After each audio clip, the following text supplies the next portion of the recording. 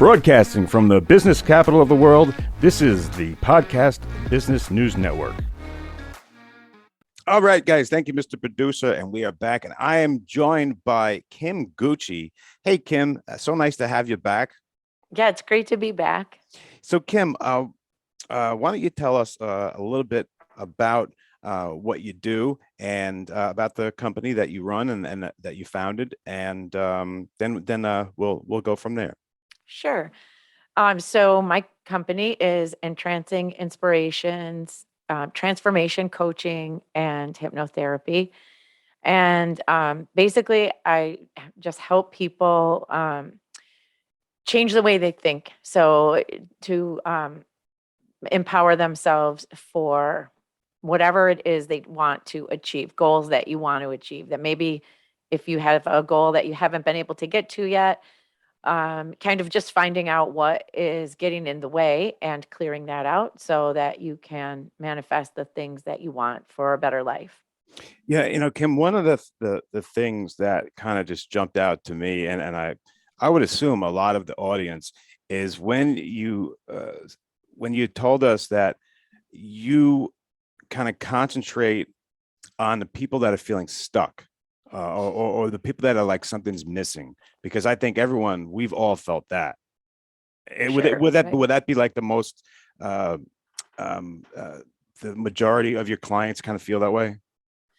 For me, yes, I would say like I tend not to get a lot of clients that want help with something specific, like stopping smoking or weight loss. I do get those clients, but I would say the majority of my clients are stuck is the word that I hear a lot of times, or just like lost that as well. Like life doesn't seem fun. Like people feeling like there should be something more, Yes. or I could be doing more, but why am I not motivated to do more, or why am I not getting to where I want to be? Mm-hmm. Yeah, and thanks for putting it that way, explaining it that way, because that I believe, if I know anything about the audience, I mean, somebody's in their car right now, I'm like, yes, that's me. That's how I feel. It's just I should be doing something else. It just something isn't making me as content and happy as I could be. And hypnotherapy is the first, or do we start with some transformational coaching, or is it all in the same thing? Tell me about the process. Right. Good question. It's a combination of both. So if you are looking to change something about your life, like I just want to go back to something you said a few weeks ago. I thought it was great the way you worded it. Like I can't remember what I said, but how you rephrased it was, people feeling like they're just running out the clock. Like, and that is so perfect. Like, because, I do think you get stuck in a thought pattern or a mindset pattern, and you don't know anything different. Like you're inside your own problem and you don't know that there's maybe something else. So it's kind of like just get up and do the same thing day in, day out, and kind of like running out the clock, Yeah. like not knowing that you don't have to feel like that, like you can feel better and different. Mhm. So yeah, if you were calling me about how you get from here to there, it would be a combination of both. So that like the coaching that I do is really like a lot of reframing and thinking of things putting a different spin on the way you're thinking. So Mhm. yeah, cognitive reframing, but then using the subconscious mind also to change the patterns, right? Change the loop. Like we're on like a robotic automatic loop Yeah. with our thoughts and and with our behaviors. And a lot of our life, most of our life is repetitive and like on a loop. So changing that, and the subconscious mind is the way to do that. In the subconscious, like when you say we're on that loop, and I think it was Adam Duritz from the band Counting Crows. Do you remember that band? Counting Yeah. Crows. He said he's got a stupid revolver, no, a revolver of stupid choices. You know, and so if one of those stupid choices is in our subconscious and it's making us repeat ourselves, is is hypnotherapy, um, is it accurate if I say you're going to try and replace that with a positive thought, that bad choice, you're going to replace it with something good, or are you going to somehow just work on it, acknowledge it? It's kind of like you can actually even remove it. So, if you think about how the subconscious mind works and what it does for the body, right? So think about um, the things that the subconscious is responsible for, the things that we do on autopilot and like our automatic functions, like immune system function. Like once you learn how to walk, you don't need to learn it again because the unconscious mind learns that and doesn't need, then it just becomes automatic. Right. And so the same way it does that, like those functions with the body, like you learn a motor pattern and you don't have to learn it again. It does the same kind of thing with thoughts, Okay. but you can change them, um, you know, in a whole bunch of different techniques that would take way too long to get into in the time we have here. But yeah, like thinking differently. So you just basically, it's so easy, it's just using your imagination to create something in your mind, a different outcome, or if there is one of those problematic thoughts, you can change the way it looks to you, right? We all have, the way we think about a certain one of our problems. Yeah. It feels a certain way to us. It has a certain look to it, or maybe certain sounds associated with it. We create it, and then the more you think about something a certain way, the more you ingrain it, like, Oh, yeah. like the grooves in a record. You just make it deeper and deeper each time. Good example. So Yeah.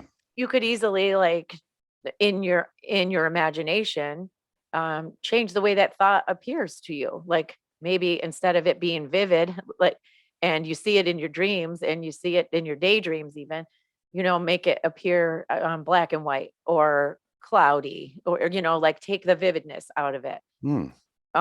And it's really very quick and easy to do. Like just change the way it appears in the unconscious. You can't think of it the same way anymore after that because you've changed it. That's so Subconscious. interesting. So that's what you'll help with the power of suggestion when you're under hypnosis, right? So you can help with that. Correct. And a lot of that, what I'm just described, like one of those techniques is a neuro linguistic programming technique. It's not even technically you're not in a deep trance or anything. Oh, It's like it's like waking imagination. So I'm like talking to you and just having you take your thought the way you typically view it, and just change the color of it, change the sounds around it. Um, shrink it down, make it smaller, push it, instead of it being right here in your face, push it farther away. You so could do so interesting. many things. Yeah, and it's quick. It's like just only a couple minutes to do So it's like that. an exercise that you're doing, and do you repeat Right. this exercise? Like say I was traumatized because in 10th grade I lost a chess match to my rival in the chess community. I don't know, something like that. But for some reason, it had it had a lot to do with how I view myself. For some reason, I don't know why. So now, if I picture it a different way, black and white, or a different opponent, or a different color. Um, Create that. Do I repeat that? Is it like a train? Is it like weightlifting? You do it a bunch of times, and but now you're changing it. Tell me about that. So you could do that. I mean, that's a tool that you have that you could Thank you. I you just got that. All right. yeah. Thank you. So for sure you absolutely could do that. If you wanted to do repeatedly, like that's one of the things that I do with kids, like you know with if kids have a fear of something, or like fearing that they're not going to be good enough at whatever it is they want to do. Maybe their sport, or Hmm. um something in school, and they're worried about it, and that worry feels really big to them, or it feels like it's like looming over them. So a lot of times I'll have them see it a certain way, like make that thought into a character, right? Like, because kids are so good with their imagination. Yeah. So just asking them about it, like, what does that thought, if it was going to be a character or you could draw it, what would it look like to you? So they might come up with something like some kind of monster or like something they've seen on a cartoon. So instead of making it scary or ominous, do something silly with the monster, like put it in it, like just silly, put it in its underwear, or give it a certain color of hair, or change the voice so that it's not like a deep, scary voice. It's like, Wow. like a little, I don't know, like a happy character voice, or just something like view it different. So every time it comes in and it starts to bother you, realize, no, I'm in control of my thoughts. My thoughts aren't controlling me. I control my thoughts. So your imagination can works. A lot of times we let it scare us, but rather than that, you can use it to your advantage and change the thoughts to make them smaller or appear a different way. So That's that's a really neat. great, you can always use it. You can use it anytime. So so with this situation with the child, you're kind of taking power away from what's so scary by putting it in a silly dress or whatever the child comes up with. Exactly. Cool. Because we, you know, we learn that when we're little, right? Like with the monsters under the Yeah, bed. yeah, Like we yeah. think there's Right. monsters in the closet, or you start to imagine those scary sounds, the wind or whatever outside, that it's something big or bad or scary. And then you just you let your imagination go from this thought to that Yeah. thought, and Right. Right. then it just takes on a life of its own. Totally. But rather than getting in on that loop, if you started imagining, that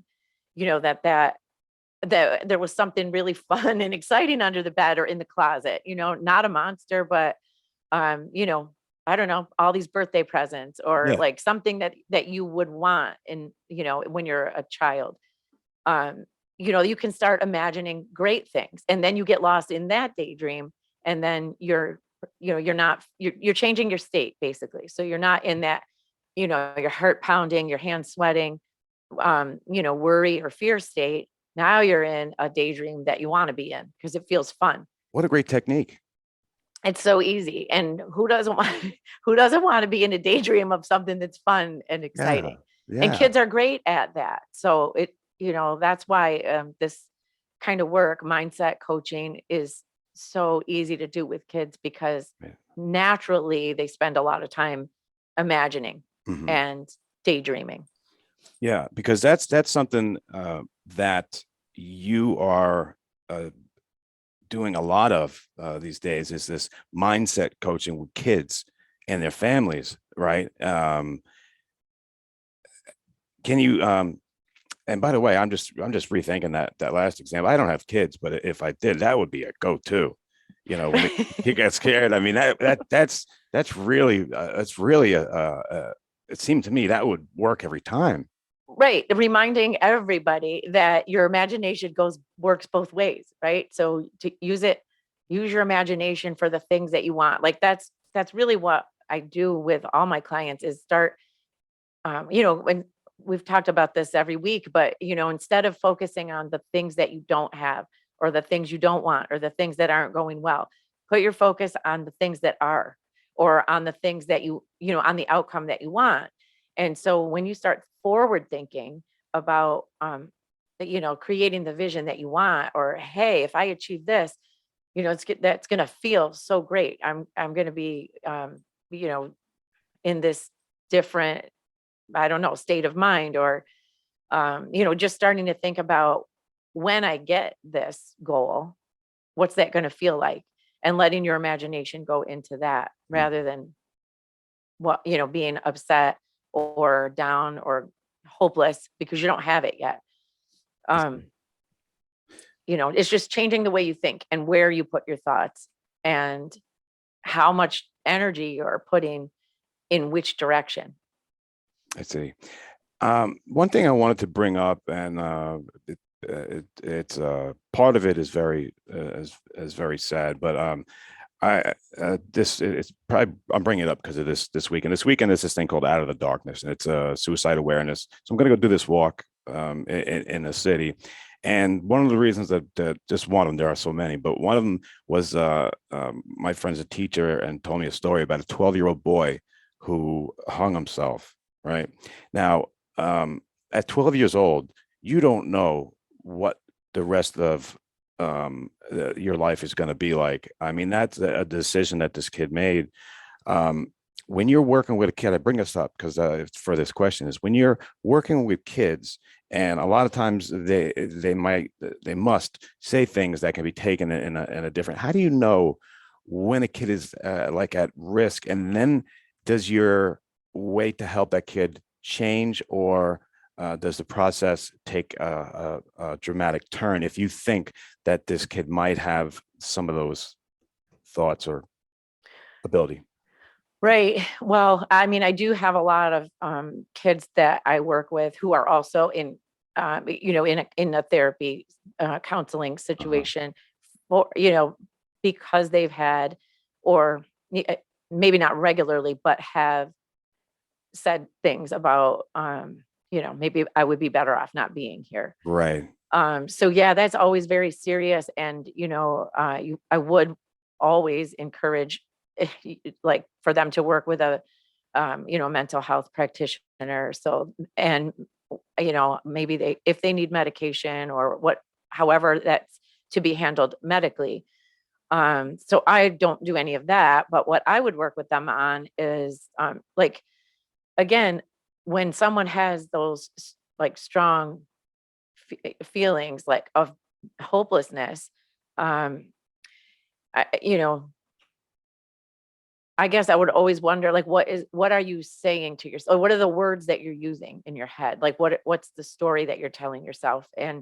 Um and so always just getting the child, the young adult, the adult, whatever age, to realize that you control your thoughts, not the thoughts controlling you. And so, I like that technique I just told you about, but there's so many of them that you can use to change your state. So, kind of like being mindful when you notice yourself getting down like that. um, you have a toolbox, you have a bunch of things that you can do to change your thoughts and your state. You don't have to stay there. Hmm. I mean, now for some people, right, there's if there's a chemical imbalance, or everybody's situation is Right. different. Right. So uh depending on the severity of it or what else is going on. Hmm. But even so, you can still change your thoughts. Right. Right. You still have the power to change your thoughts. I mean, it's a choice what you put your focus on. I mean, you can focus on things that make you feel bad, or you can focus on things that make you feel better or great. Understood. But I wanted to ask you in that situation, if you, if, okay, say the kid's working with a therapist and the parents are, involved with everything that you're doing, could hypnosis add a different vehicle of attack for a problem like this? In conjunction with, if you're working with the parents and you're working with the therapist, everybody's on board. Could a hypnotherapy work for a kid? Oh, sure, absolutely. And if you think about why a person would get to that place, to get to that state, you know, um, who knows? Maybe things maybe it's something in the family structure. Maybe it's a trauma that they've had, that they can't escape. Always seeing it. Like, again, every situation is different, and so it's hard to make any blanket statements. But it's certainly finding out like what's recurring, what's happening repeatedly that is making a person feel that down or that way. Hmm. So if it is a trauma, like maybe something they saw that was terrifying, or maybe something that's happened to Right. them, Right. again, you can change the perception of that as well. Because if something bad happens to you, you can easily get caught in the story of, well, I must be really bad, or I must really be, um, I deserved unworthy, it or something. undeserving. Right. Yeah. I deserved it. Right. So, and if I deserved it, that must mean I'm really bad. And if I'm really bad, then why would anybody love me? And if nobody loves me, then why do I need to be here? And Right. you see how it Yeah, goes. it just snowballs. Yeah, I see. Right. And so when you're doing that in your own head and you're listening to you and your own thoughts and you just keep saying it and hitting yourself with it all day, all night, um, yeah, that's tough. I mean, we are the worst offenders of beating ourselves up. Hmm. No doubt. Have you found with people that you work with trauma, is it do you have more success when the trauma is fresher or when it's been blocked out or happened 30 years ago or something, or does it even matter? It doesn't matter. Doesn't matter at all. It doesn't matter. I mean, if somebody's still really, something could have happened years and years and years ago, and people are still reliving that, or it could have just happened, and they feel like it's like a nightmare that they can't wake up from. But it really doesn't matter. It can still be processed in the brain differently so that it's not uh, So scary or active, active. active? Yeah, like it being triggered constantly I see. um, and active. Right. Okay. Right. This is a terrific. Those exercises are. I'll be thinking about that on the way home. That's really good. But I Kim, got a million of them. and I would love to hear more and more as we go. But here, but I want to get just a couple of questions. But before we get to the questions, because we're only going to have a couple a minute for a couple of them. But is there anything else that you wanted to say on this topic before we go to the questions? Just that, I think that people maybe have when they hear the word hypnosis, hypnotherapy, and maybe have a misperception of what it is, what it does. A lot of people, if you don't know what it is, I hear this all the time that it's mind control. Um, that it's like that I, as the hypnotherapist, are taking over your thoughts or controlling your thoughts. It's not that at all. I'm teaching you how to control your thoughts. I'm teaching you how to change your thoughts. So what really I'm doing is guiding you to think differently.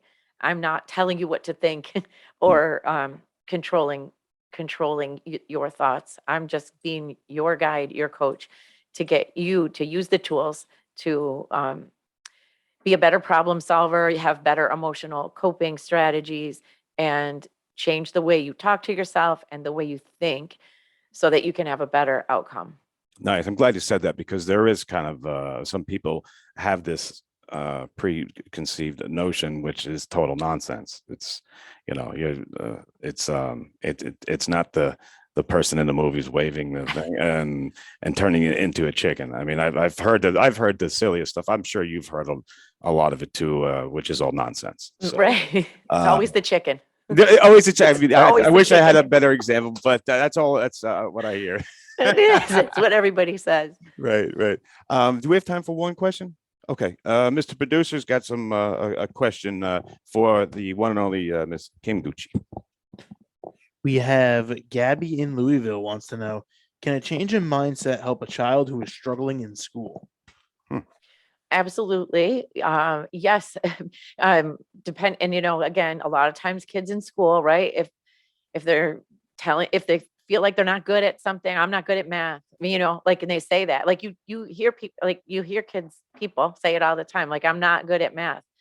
Um, maybe, maybe they haven't had the right math teacher. Maybe they have, like, there's so many things. Um, so yes, once you start that story and you believe that to be true, then you become, the self-fulfilling prophecy. So yeah, you could definitely change your belief about how you yourself as a learner, you yourself as a kid in that classroom. Yeah, all kinds of ways it can help. Kim, what's a good exercise when those thoughts come up? Do you think of something that you're good at that you said before, or That's a great one. Like a lot, because as I've said so many times, people are always focused on the things they're not good at, totally? and we always forget the things we are good at and the times that we succeeded. or the great things that happened. So I spend a lot of time getting people to remember times consciously and unconsciously when something really great happened, when you succeeded, when you were proud of yourself, Yeah. when you had so much fun, and bring up those times and bring them to the forefront rather than the cloudy, the gray and cloudy Right. Good point. thoughts. Good point. Guys, I have been speaking with Kim Guche here on the Kim Guche Show. Kim, we're out of time, but let me give you the last word. And then once again, please tell us how to get a hold of you. So you could get a hold of me at entrancinginspirations@gmail.com or www.entrancinginspirations.com. And my number is 585-708-9923. Can call or text. All right. Kim Guche, thank you so much. And guys, we'll be right back.